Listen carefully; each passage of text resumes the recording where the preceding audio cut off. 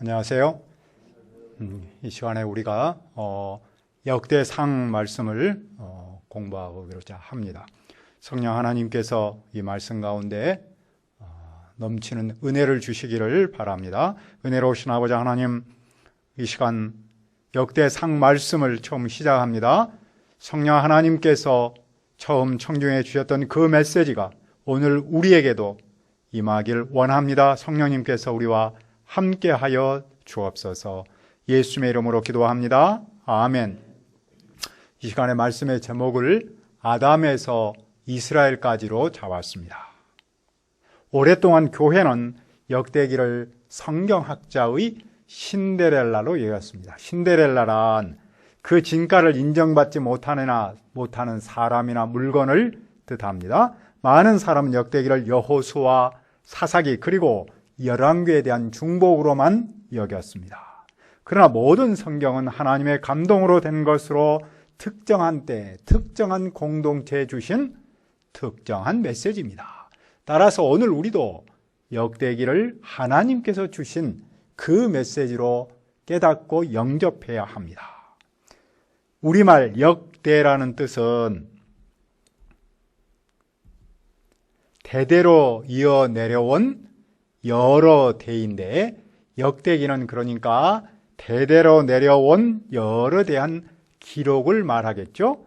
성경 역대기는 그 시대 사건을 기록한 역사책입니다. 역대기는 구약 성경에서 가장 늦게 기록했는데 바벨론 포로에서 돌아온 공동체에 전하는 메시지입니다. 그러면 역대기를 통해 주신 그 메시지는 무엇입니까? 그리고 오늘 우리는 그것을 어떻게 받아야 하겠습니까? 1장 1절을 보십시오. 아담, 셋, 에노스. 아담은 우리가 알고 있듯이 하나님이 창조하신 첫사람이며 인류의 조상입니다. 역대기는 인류의 조상 아담으로부터 이스라엘의 역사를 시작합니다. 셋은 아담의 셋째 아들이죠. 그는 아담의 큰아들 가인이 둘째 아벨을 죽인 후 아벨 대신으로 태어나서 아담의 큰아들 직분을 가졌습니다. 그는 여호와를 섬기는 자의 조상이었습니다. 에노스는 셋의 아들인데 그가 태어났을 때 사람들이 비로소 여호와의 이름을 불렀더라라고 하였습니다. 그때 사람은 연약함을 깨닫고 여호와 하나님을 찾으며 예배를 시작했습니다. 여기서 우리는 두 가지를 생각할 수 있습니다. 첫째는 왜 역대기는 족보로부터 시작했습니까? 족보란 한 가문, 즉 시족의 계통과 혈연관계를 아버지 중심으로 체계적으로 나타난 책입니다. 혈통을 존중하고 가문의 전통을 계승하여 명예로 삼기 위해 그 역사와 계통을 밝히는 하나의 역사책이라고 말할 수 있죠. 족보는 그 가문의 넓이와 깊이로 나누어서 기록한다라고 말할 수 있습니다. 넓이라는 말은 이스라엘 자손은 이러하니 해서 그의 여러 아들들을 말하는 것이고, 깊이라는 말은 직계 가족을 말합니다. 족보가 깊이만 보여지면 직선적 족보라고 부르고, 직선적 족보는 마지막에 나온 사람의 지위를 정당화합니다. 반면 족보가 깊이뿐만 아니라 넓이도 보여주면 그것을 분활족보라고 부릅니다. 분활족보는 여러 갈래로 갈라지는 개인 사이에 존재하는 관계를 표현합니다. 역대기는 직선적이면서 또 옆으로 나눠지는, 그래서 분활족보라고 말할 수 있습니다. 그런데 역대기는 그 족보를 아담으로부터 시작했습니다. 둘째, 족보를 아담으로부터 시작한 데는 무슨 뜻이 있습니까? 이스라엘의 역사적 전통과 명예를 일깨워 여호와께서 그들에게 두신 희망을 회복하기를 바랍니다.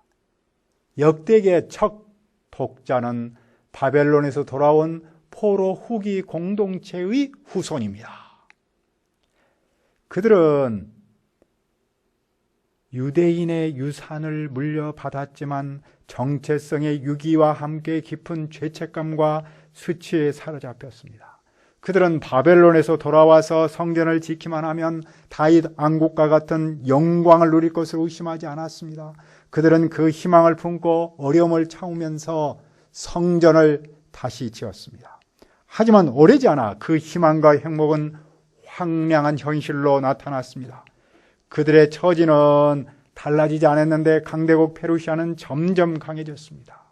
그들은 세계 역사에 썰물과 밀물에 떠밀려 다니는 것처럼 보였습니다.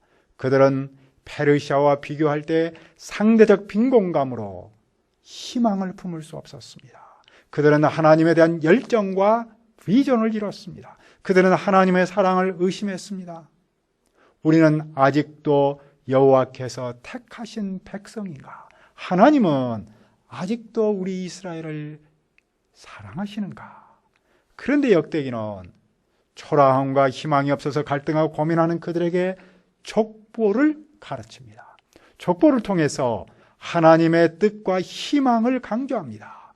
하나님은 바로 그 너희의 조상인 아담으로부터 지금까지 항상 관심이 있다. 그들에 대한 하나님의 은혜와 사랑은 다윗이나 가나안 정복이 아니라 출애굽부터 시작한 것이 아니라 바로 아담으로부터 시작했습니다. 하나님은 예레미야 선지자를 어머니 태에서 짓기 전에, 배에서 나오기 전에 선지자로 세웠습니다. 이처럼 하나님은 아담을 지으셨을 때 이스라엘을 이미 선택하셨습니다. 그것이 바로 족보를 아담으로부터 시작하신 뜻입니다. 그리고 그 목적은 그들을 세상을 향한 거룩한 제사장 나라로 세우는 겁니다. 이스라엘은 바로 그 하나님을 바라봐야 합니다.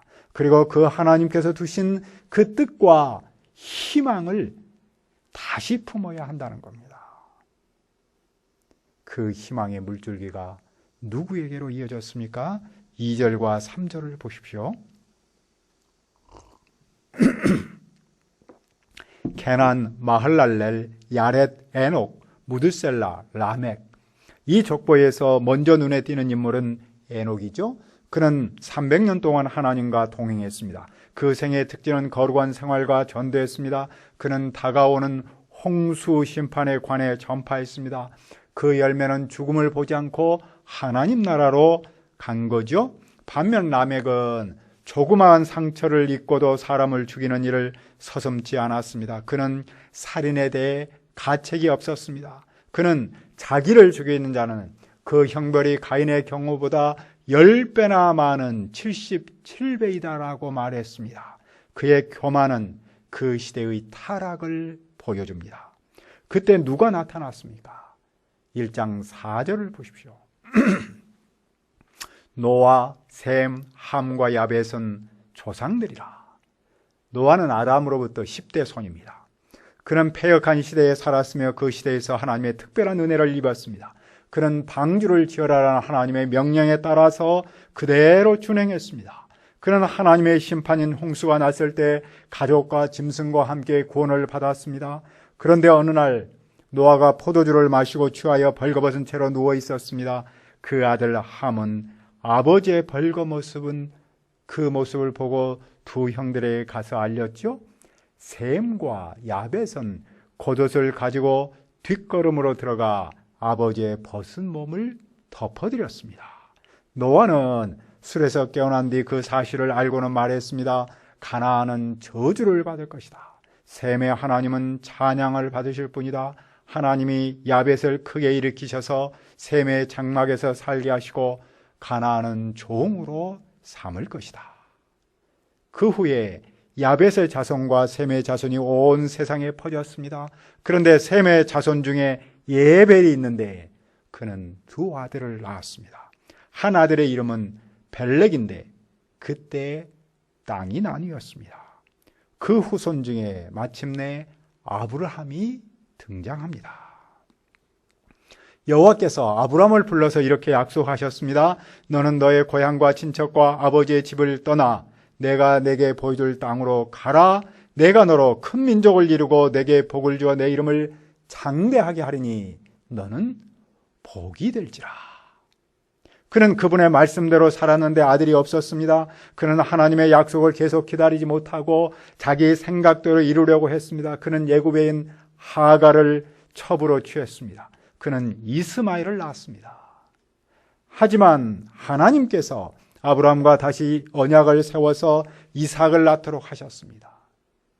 이스마엘은 아브라함의 큰 아들인데도 상속자는 아니었습니다. 아브라함은 하나님의 뜻에 따라 이삭을 상속자로 삼고 그에게 모든 소유를 주었습니다. 그런데 역대기는 이삭의 족보보다 이스마엘의 족보를 먼저 말합니다. 여기에는 무슨 뜻이 있습니까? 역대기는 그 청중이 이삭만이 아니라 이스마엘도 하나님의 아들로 관심을 품기를 바랍니다. 이스라엘은 홀로 사는 민족이 아니라 온 세상 만민 속에서 사는 민족입니다. 이스라엘은 세상에 대하여 제사장 나라입니다. 그 희망을 회복하여 다시 품어야 합니다. 그러면 약속의 아들인 이삭의 후손은 어떡합니까? 이삭은 예서와 야곱을 낳았습니다. 그런데 큰아들 예서는 약속의 아들이 아니고 야곱이 약속의 아들입니다. 그런데도 성경은 예서의 후손을 야곱의 후손보다 먼저 말합니다. 그러면서 예서의 후손 중에 있는 열방의 왕들을 자세히 소개합니다. 여기에는 무슨 뜻이 있습니까?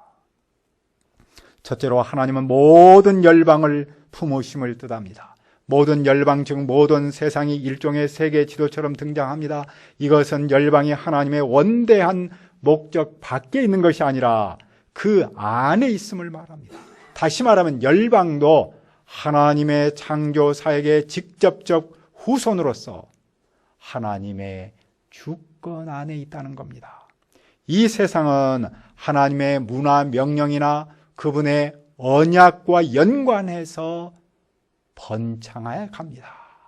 이 세상에 어떤 나라도 어떤 민족도 하나님의 손 밖에서 자기들 마음대로 역사가 발전하고 번창하지는 않습니다. 둘째로 그 하나님의 원대한 목적의 중심에 바로 다른 사람이 아닌 이스라엘이 있다는 겁니다. 이스라엘은 비록 페르시아의 속국 신세를 면하지 못하는 초라한 공동체에 불과합니다. 하지만 그들은 창조부터 포로 후기까지 계속해서 존재하고 있고 열방 전체와도 연결되어 있습니다. 그것은 하나님께서 그들에게 두신 약속을 이루고 있음을 뜻합니다. 그러므로 그들은 그 원대한 희망을 놓지 않아야 합니다. 그들은 현실이 아닌 그 희망을 주신 그분을 바라봐야 합니다. 그렇습니다. 희망이 있는 사람은 현실이 힘들어도 포기하지 않습니다. 희망이 있는 사람은 삶에서 겪는 고난을 걸림돌이 아닌 오히려 디딤돌로 삼지 않습니까? 그 희망은 어디에서 올까요? 바로 믿음에서 옵니다. 하나님께서 그 희망을 이루실 것이라는 믿음에서 오지요. 그 점에서 희망은 곧 믿음입니다.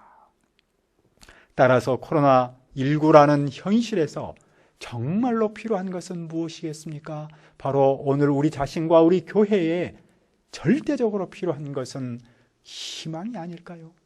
그리고 그 희망은 하나님을 믿는 그 믿음에서 오는 것이고요. 믿음이 있으면 아무리 현실이 어려워도 우리는 희망을 잃지 않고 오히려 희망을 굳게 할 수 있습니다. 오늘 우리가 그 희망을 어디에서 찾을 수 있습니까? 바로 역대기입니다. 여호와께서 삶의 현장에서 롤러코스터를 타는 것처럼 오르락내리락 하는 처음 청중에게 역대기를 주셨습니다. 그리고 역대기를 통해서 그들에게 믿음을 심고 희망을 회복하도록 도우셨습니다. 하나님은 오늘 우리에게도 역대기 말씀을 통해서 믿음을 심고 희망을 품도록 하신다고 믿습니다. 하나님께서 우리 주신 희망은 미래이고 생명입니다. 그 희망의 물줄기가 누구에게로 이어졌습니까? 2장 1절과 2절을 다시 한번 읽읍시다. 2장 1절 2절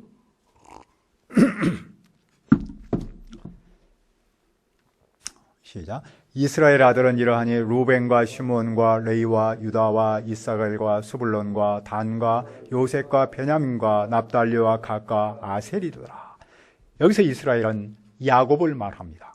하나님께서 야복 나루에서 야곱과 씨름한 후에 그의 이름을 이스라엘로 바꾸셨습니다. 이스라엘은 12아들을 낳았는데 그 12로부터 이스라엘 나라가 시작했습니다.